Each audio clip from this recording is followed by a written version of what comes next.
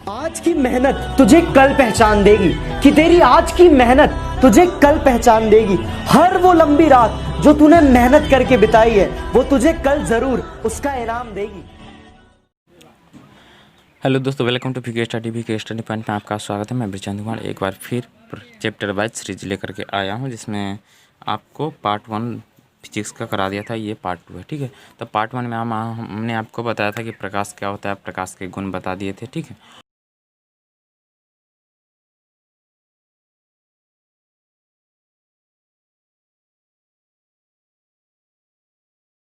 बताए थे कि दूसरा नहीं, मैं बताया था कि आपतित किरण, परावर्तित किरण तथा आपतन बिंदु पर डाला गया अभिलंब सभी एक ही तल में होते हैं, ठीक है। और उसके बाद हमारा जो आता है टॉपिक वो होता है इमेज यानी प्रतिबिंब। अब प्रतिबिंब क्या होता है, तो प्रतिबिंब की हम परिभाषा आपको पहले डिफिनेशन बता दे रहे हैं, उसके बाद हम आपको फिगर से समझा देंगे। तो आप हमारे साथ बने रहे और वीडियो को लास्ट तक जरूर देखें, और अच्छा लगे तो प्लीज़ एक लाइक ज़रूर करें और चैनल को सब्सक्राइब करना ना भूलें, ताकि आने वाली और बेल आइकन को दबा लें, ताकि आने वाली अगली वीडियो की नोटिफिकेशन आपको मिलती रहे। तो आप हमारे साथ बने रहें और हम आपको शानदार तरीके से पढ़ाते रहेंगे, और वो भी चैप्टर वाइज। तो प्रतिबिंब होता क्या, तो प्रतिबिंब की अगर डिफिनेशन की बात करें तो प्रतिबिंब की डिफिनेशन होती है किसी बिंदु वस्तु से किसी बिंदु वस्तु से आ रही प्रकाश की किरणें परावर्तन या अपवर्तन के बाद जिस बिंदु पर संतृप्त होती हैं या उस बिंदु पर अपसरित होती है या फिर होती हुई प्रतीत होती है, तब उस बिंदु वस्तु का प्रतिबिंब कहते हैं। तो देखिए यहाँ पर हम आपको एक फिगर से समझा रहे हैं, ठीक है। मान लीजिए कि ये हमारा एक टॉर्च, ठीक, टॉर्च तो ऐसा ही मान लेते हैं, मानने में क्या है, ठीक है। ये हमारा टॉर्च और यहाँ से हमारा लाइट निकला है, ठीक, यहाँ से हमारा लाइट निकल रहा है, ठीक है। तो इसमें क्या करें, किसी बिंदु वस्तु से आ रही प्रकाश की किरण, ठीक है। तो यहाँ से हमारी प्रकाश की किरण परावर्तन या अपवर्तन करता है। मान लीजिए हम यहाँ पर एक मिरर लगाते हैं, ठीक है, जिसका एक सतह हमेशा रंजित रहता है, मतलब रंगा हुआ रहता है। तो यहाँ से हमारी किरणें आ रही है, ठीक है, और परावर्तन, ठीक है, यहाँ से टकराए और परावर्तन के बाद जाकर के एक वस्तु पर पड़ी। मान लीजिए कि हमारा वस्तु है, ठीक है, ये क्या हमारा, ये हमारा वस्तु है, ये हमारा क्या है, परावर्तक सतह क्या हो जाएगा, परावर्तक सतह, ठीक है। और ये क्या हो जाएगा, प्रकाश की किरण ठीक है। तो ये प्रकाश की किरण क्या कर रहा है, किसी बिंदु वस्तु से आ रही प्रकाश की किरणें परावर्तन, ठीक है, ये हमारा आ रही है और यहाँ से परावर्तन हो गया, मतलब जिस दिशा से आ रहे हैं उसी दिशा में वापस लौटने की क्रिया को क्या कहते हैं, परावर्तन कहते हैं। तो परावर्तन या अपवर्तन के बाद जिस बिंदु पर मिलती है, देखिए यहाँ पर मिली, ठीक है, या फिर जिस संतृप्त होती है मतलब मिलती है, या फिर उस बिंदु पर अपसरित होती है या फिर मिलती हुई प्रतीत होती है। तो मान लीजिए कि हम यहाँ से एक किरण आए, ठीक है, और यहाँ से एक किरण और आए और इसी दिशा में ऐसे वापस लौट गया, ठीक है। तो हम ऐसा मतलब अनुभव मतलब सोचेंगे कि ये कहीं मिलेगी जाकर के, ठीक है, ये फिक्स नहीं, ये कहीं मिलेगी जाकर के, तो मतलब मिलती हुई प्रतीत होती है, ठीक है। तो क्या कहते हैं, तब उस बिंदु को वस्तु का प्रतिबिंब कहते हैं, ठीक है। अब नेक्स्ट पॉइंट हमारा क्या है, तो नेक्स्ट पॉइंट है प्रतिबिंब कितने प्रकार के होते हैं, ठीक है। तो हमारा क्या हो जाएगा, नेक्स्ट हमारा क्या, प्रतिबिंब कितने प्रकार के होते हैं। तो प्रतिबिंब हमारा 2 प्रकार के होते हैं, ठीक है। कितने प्रकार के होते हैं, तो प्रतिबिंब हमारा 2 प्रकार के होते हैं, ठीक है। प्रतिबिंब हमारा 2 प्रकार के होते हैं, और कौन कौन होते हैं, तो पहला हो जाएगा वास्तविक प्रतिबिंब, और दूसरा काल्पनिक प्रतिबिंब, क्या हो जाएगा, काल्पनिक प्रतिबिंब। वास्तविक प्रतिबिंब किसको कहते हैं, जिसको रियल में। अब दोनों का डिफिनेशन हम बारी बारी से देंगे।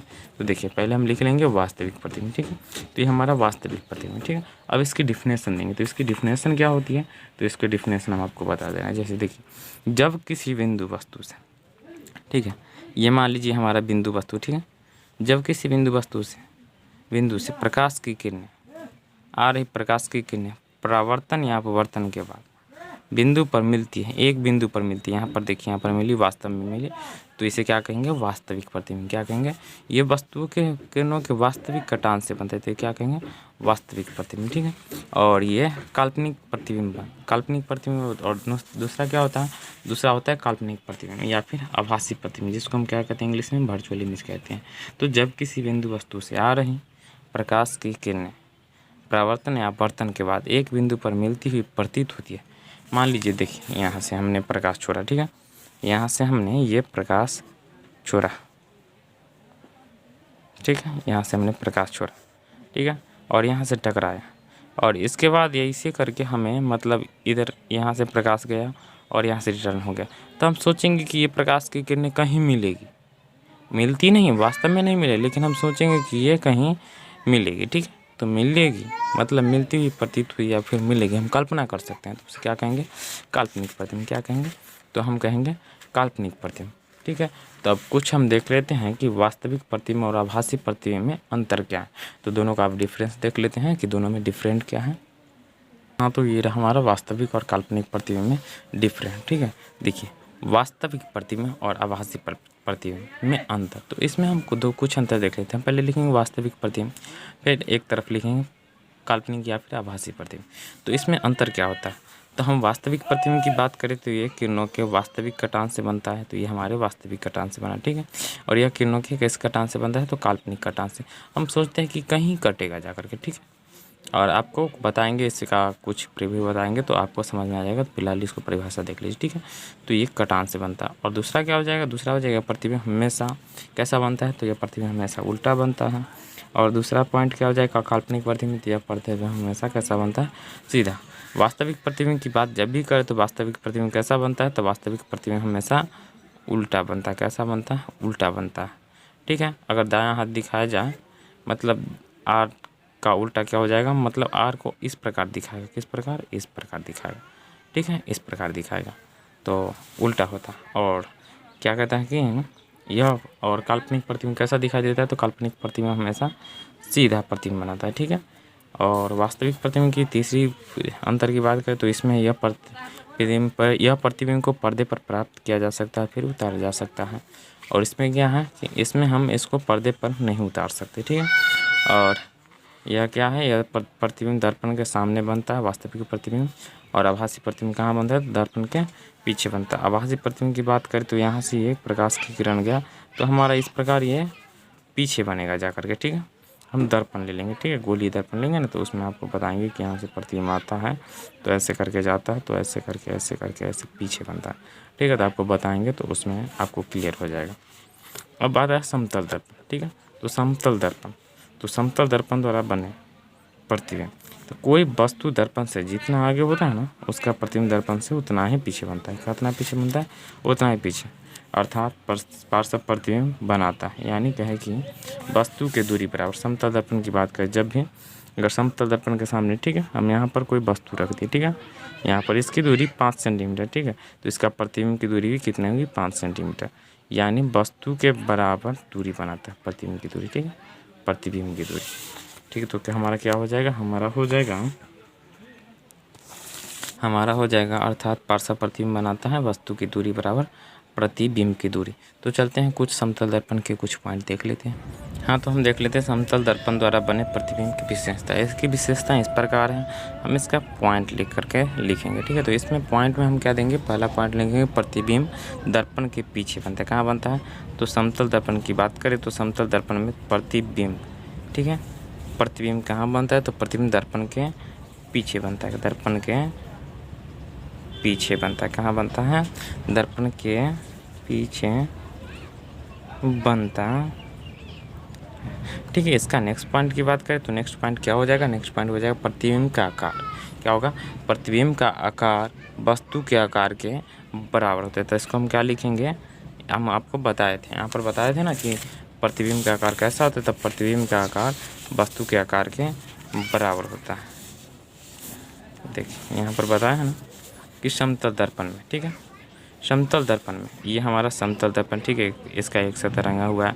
अगर हम इसको 5 सेंटीमीटर की दूरी पर रखें तो वस्तु को, तो हमारे प्रतिबिंब का आकार भी कैसा होगा, 5 सेंटीमीटर पीछे बनेगा। कहाँ, 5 सेंटीमीटर पीछे बनेगा। ठीक है, तो किस प्रकार हो जाएगा, प्रतिबिंब का आकार कैसा होगा, तो प्रतिबिंब का आकार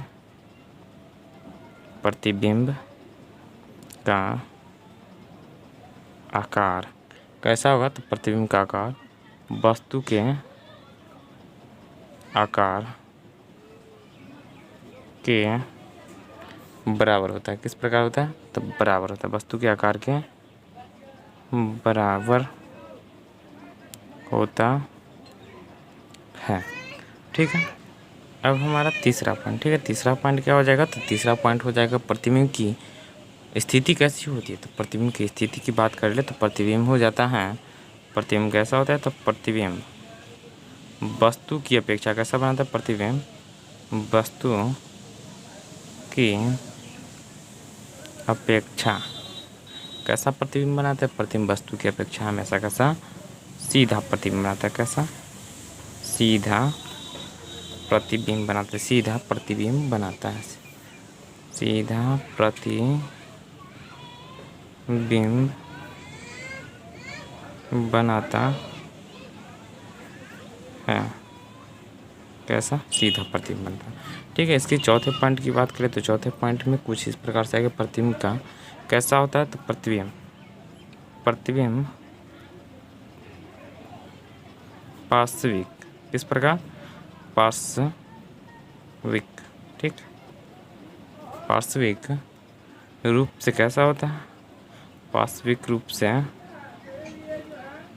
उल्टा होता है, कैसा होता है, तो पार्श्विक रूप से उल्टा होता है।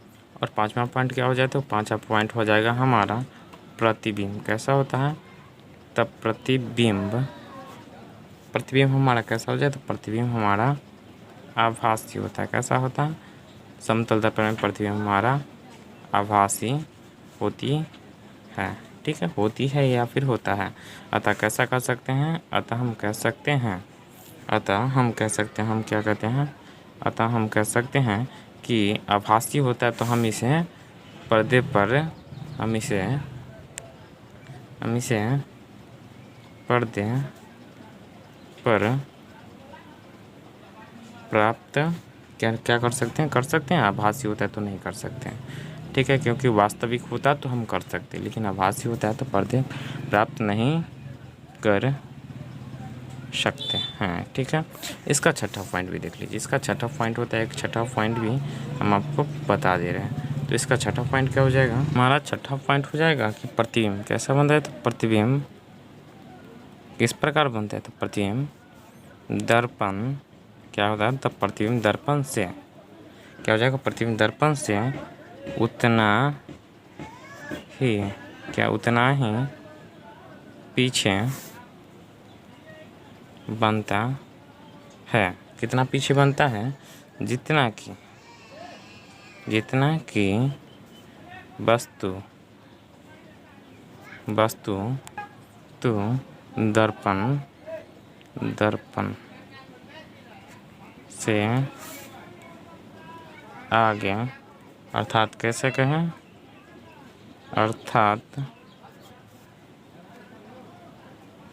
सामने, ठीक है, तो सामने रहता है। तो ये हमारा 6 पॉइंट हो गया। 6 पॉइंट में हमने क्या बताया, तो 6 पॉइंट में हमने बताया कि प्रतिबिंब दर्पण के पीछे बनता है, प्रतिबिंब का आकार वस्तु के आकार के बराबर होता है। तीसरा पॉइंट बताया कि प्रतिबिंब वस्तु की अपेक्षा सीधा प्रतिबिंब बनाता है, ठीक है। और चौथा क्या बताया कि प्रतिबिंब पार्श्विक रूप से उल्टा होता है, वस्तु की अपेक्षा तो सीधा बनता है लेकिन पार्श्विक रूप से अगर देखा जाए तो उल्टा होता है। और पांचवा पॉइंट बताया प्रतिबिंब आभासी होता है, अतः हम इसे पर्दे पर प्राप्त नहीं कर सकते, ठीक है। और छठा पॉइंट क्या, तो प्रतिबिंब दर्पण से उतना ही पीछे बनता है जितना कि वस्तु दर्पण से आगे होता है, ठीक है। तो ये हमारा समतल दर्पण से रिलेटिव जितना भी था टॉपिक उसको समाप्त हो गया, ठीक है। तो हम नेक्स्ट टॉपिक में मिलेंगे कि गोलीय दर्पण होता क्या, ठीक है। तो गोलीय दर्पण होता क्या है, गोलीय दर्पण के प्रकार क्या है, कितने प्रकार के होते हैं, सारी चीज़ें हम आपको एक एक टॉपिक वाइज कराते चलेंगे, ठीक है। जो टॉपिक में आएगा उस टॉपिक को एक दिन में हम क्लियर करेंगे। तो हमारे साथ ऐसे बने रहिए अच्छे तरीके से और शानदार तरीके से पढ़ते रहिए चैप्टर वाइज। तो अच्छा लगा हो तो एक लाइक ज़रूर करें और फिर मिलते हैं नेक्स्ट पार्ट में। तो जय हिंद, जय Bharat, thank you, bye bye and all the best.